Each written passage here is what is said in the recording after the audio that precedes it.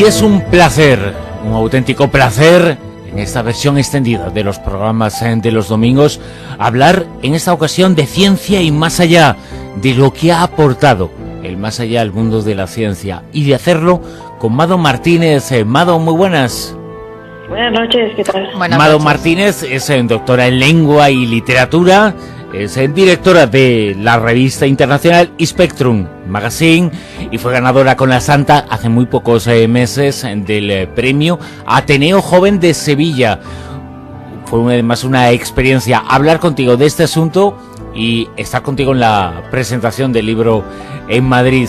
Tú imprimes además un carácter muy entusiasta, ¿verdad?, a estos temas. Algo que la parapsicología, cuando ahora nos referimos a ella como parapsicología, pero se referían antiguamente de otra forma, hacían los primeros investigadores, ¿verdad? El aplicar carácter, aplicar entusiasmo, y ese entusiasmo trasladarlo, pues tanto y tanto que tuvo una enorme influencia de la que nos hemos olvidado en el mundo de la ciencia. Pues la verdad es que sí, por aquellos entonces los primeros tanteos de la parapsicología, que hoy en día la llamamos así, se llamaban metapsíquica, ¿no?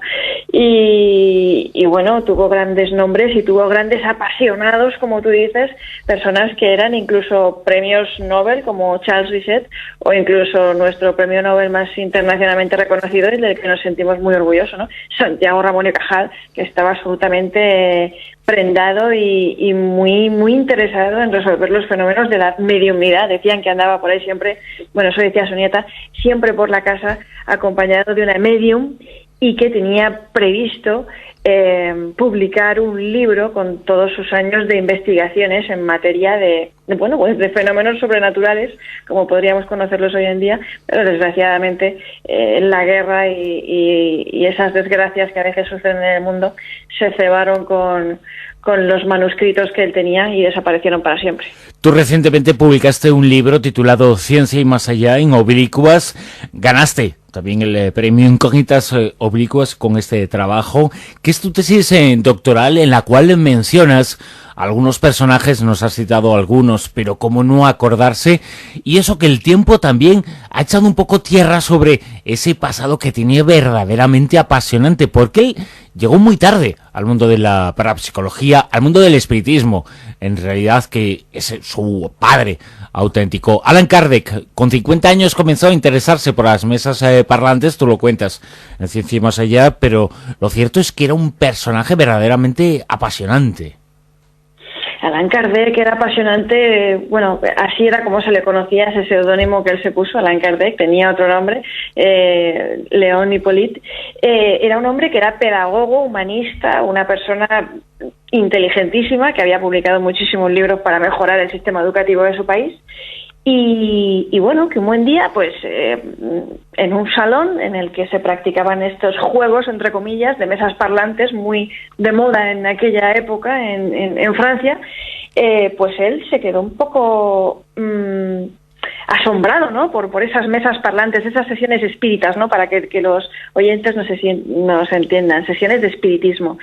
Y él era un hombre muy escéptico, porque era un hombre de ciencia, positivista, y decidió desenmascarar, por así decirlo, ese fenómeno que a él le parecía un absoluto timo a los 50 y pico años, ¿no? Y decidió investigarlo, ahondar un poco más y pillar a ver dónde estaba el truco, ¿no?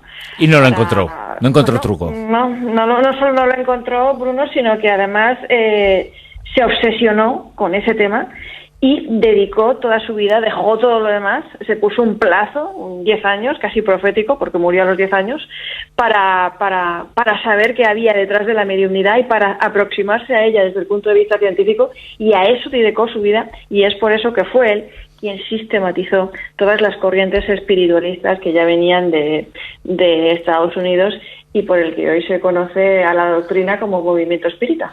Precisamente ese comienzo es importante. Sí que Kardec, las hermanas Fox, a partir de entonces se sistematiza, pero eso ha existido siempre, ¿no? Ha existido siempre, porque a pesar de que en el siglo XIX pues esas corrientes existían, ya venían de Estados Unidos, y él las sistematiza y las divulga en Europa, no podemos negar que las prácticas espiritistas de exorcismo, de mediumnidad, chamánicas, puras y duras, existen desde que el hombre es hombre y han tenido lugar en muchas culturas. De hecho, siguen teniendo lugar en muchísimas culturas y prácticas rituales, y hasta el mismísimo Jesucristo. Esto es una cosa que la gente se sorprende mucho cuando la digo, pero a un antropólogo no le sorprende en absoluto, ¿no? El mismísimo Jesucristo era espírita o chamán, por así decirlo, ¿no? Se dedicaba a exorcizar demonios, así de claro, ¿no? Y en nuestro país, en España, ¿cómo se encontraba esta historia, el mundo de la parapsicología por entonces, cuando Allan Kardec, cuando las hermanas Fox, cuando comienza a hablarse sobre este asunto a nivel internacional? Bueno, aquí en España hay que decir que el movimiento espírita tuvo muchísima importancia. Tanta importancia tuvo que un obispo hizo un auto de fe y quemó todos los libros de Allan Kardec en una pira pública, que yo creo que aún sirvió todavía más de acicate para que la gente se interesase más en el fenómeno en nuestro país. Y los primeros congresos mundiales, internacionales, espírita de finales del siglo XIX, que se celebraron en el mundo, tuvieron lugar en España, por ejemplo, en Barcelona. Estamos hablando de congresos a los que venían intelectuales de la talla, bueno, hasta Arthur Conan Doyle venía, ¿no? Que era un reconocido espiritista, su mujer era medium, ¿no? Venía la flor y nata de los intelectuales de Europa aquí en España. Y los españoles fueron, por cierto, los artífices y los responsables de que el movimiento espírita se cohesionara y se vertebrara a nivel internacional, porque fueron ellos los que estuvieron demandando durante años que el movimiento espírita se asociara en uno solo y estuviese conectado, y es a día de hoy lo que es la Federación Espírita Internacional, ¿no? Y aquí en España había hasta periódicos especializados de prensa espírita, ¿no? Y ya por entonces existía investigación científica sobre el espiritismo. ¿Es posible hacer esa investigación? Sí, en el siglo XIX fueron varios los científicos que se acercaron al fenómeno desde las premisas fundamentalmente positivistas, ¿no? Que eran las que reinaban en la época, ¿no? Ellos, partiendo de estas premisas, pensaban que se podía tomar una determinada información X, someterla a un estudio para comprobar si esa información X era aceptada o cumplida, ¿no? Y lo que decía Allan Kardec, por ejemplo, era que la opinión de los espíritus, porque él se dedicaba a entrevistar a los medios para ver qué información daban los espíritus, permitía ser explicada para luego inducir un criterio sobre la misma, ¿no? Pero es interesante decir que William Crookes, por ejemplo, que es uno de los científicos más brillantes y destacados de Europa, un químico de muchísimo renombre, hay que decirlo, se dio a la tarea de crear el espiritismo científico, fue él quien lo creó, sometiendo a estudio y observación a mediums muy, muy famosos de la época como Home, Eusapia Paladino, Florence Cook, etcétera, ¿no? Y también el premio Nobel Charles Richet, que es, bueno, fundador de las revistas científicas más prestigiosas de la época, también estudió a los mediums, y él además dijo una cosa muy interesante. De acuerdo a sus estudios, decía que la mediumnidad era algo natural que emanaba de una fuerza que existía en el interior de los humanos. Es decir, trasladó el espiritismo al campo de la biofísica, y él afirmaba que el fenómeno podía ser observado científicamente, aunque no permitiera la explicación, pero bueno, la experimentación. Pero bueno, eso tampoco es del todo relevante, porque hay muchas ciencias hoy en día con las que no se puede experimentar y no por ello dejan de ser ciencias, ¿no? Y hoy en día, Amado, hay muchísimos doctores y científicos y gente que se dedica a investigar, incluso que utiliza este tipo de mediunidad a lo mejor para aplicar terapias. Desde luego que sí, es sorprendente que en pleno siglo XXI los científicos, algunos científicos, no todos, pero algunos científicos, sigan teniendo esa mismísima pasión, ¿no?, que tenían nuestros antecesores en el siglo XIX, y sigan llevando los mediums al laboratorio, ¿no? Los hay, muchísimos, ¿no? Por ejemplo, en el 2004 el psiquiatra Alexander Moreira de la Duke University hizo su doctorado, precisamente, en experiencias mediúmnicas, y lo que él quería descubrir era, pues, saber si estas personas, si los mediums, tenían algún trastorno mental, ¿no? Y trabajó con 115 mediums, además seguidores de la doctrina espírita, y su conclusión era que no tenían ningún trastorno psiquiátrico y además tenían un nivel cultural bastante elevado. También hubo otro científico, yo tuve la oportunidad también de entrevistarle personalmente, Sergio Felipe de Oliveira, que recientemente en la Universidad de Sao Paulo hizo una investigación en la que daba cuenta de que los niveles de apatita de la glándula pineal eran diferentes en los de los médiums y personas con poderes extrasensoriales, ¿no? Que esto también pues es la verdad bastante significativo, ¿no? Y me mostró las imágenes de tomografía computerizada en lo que esto se podía apreciar perfectamente, ¿no?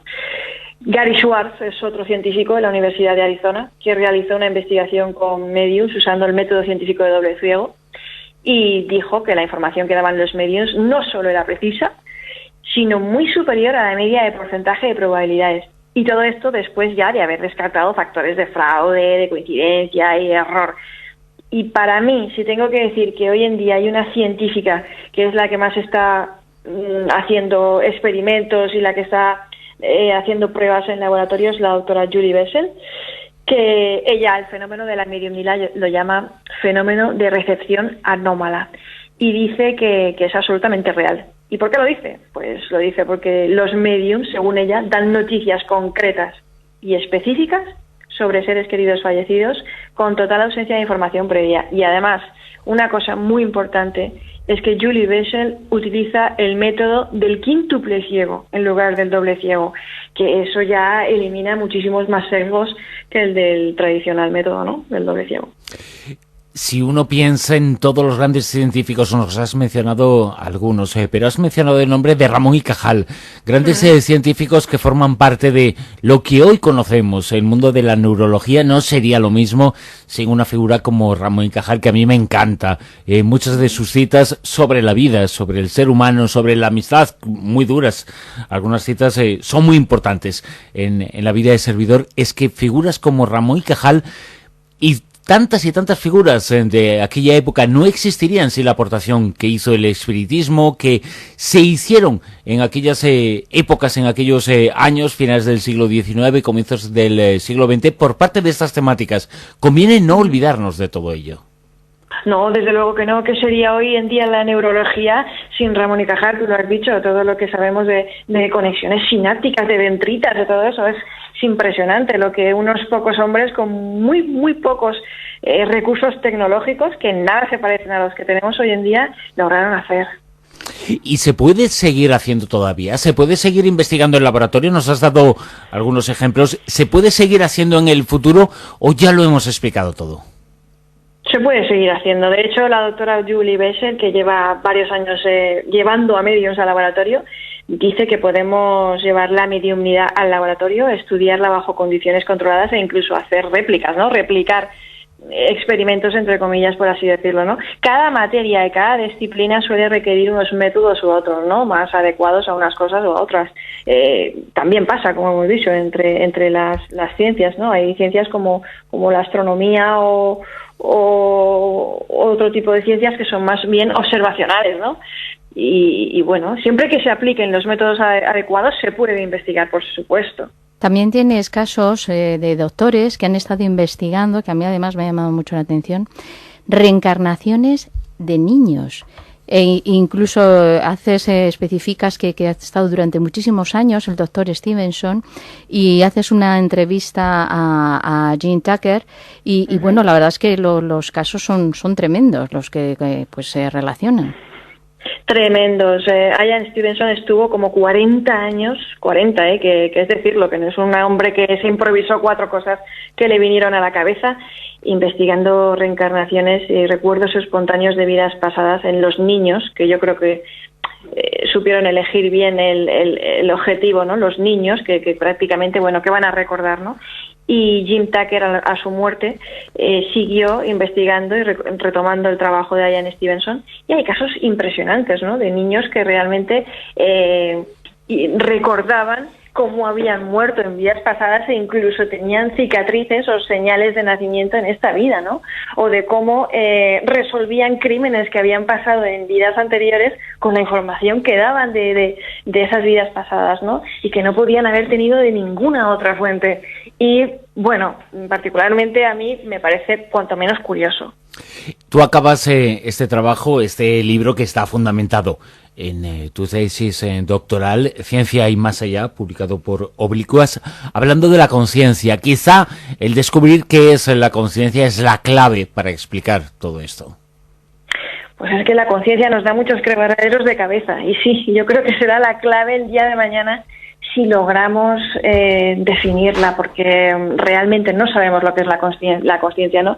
Entonces, cuando un científico o cualquier persona que investigue un poco esta serie de fenómenos, ¿no? Y la posible vida después de la muerte, que le solemos decir, o la pervivencia de la consciencia después de la muerte, basándose en evidencias o en sugerencias de que esto pueda ser así, ¿no? Como en los casos de experiencias cercanas a la muerte, etcétera, etcétera, tienen un problema de base muy profundo, ¿no? Y es que todavía no sabemos lo que es la consciencia, ¿no? Y el día que alguien la defina, pues nos hará un favor muy grande a todos y nos permitirá avanzar todavía más, ¿no? Y nos lo contarás aquí, ¿no, Mado?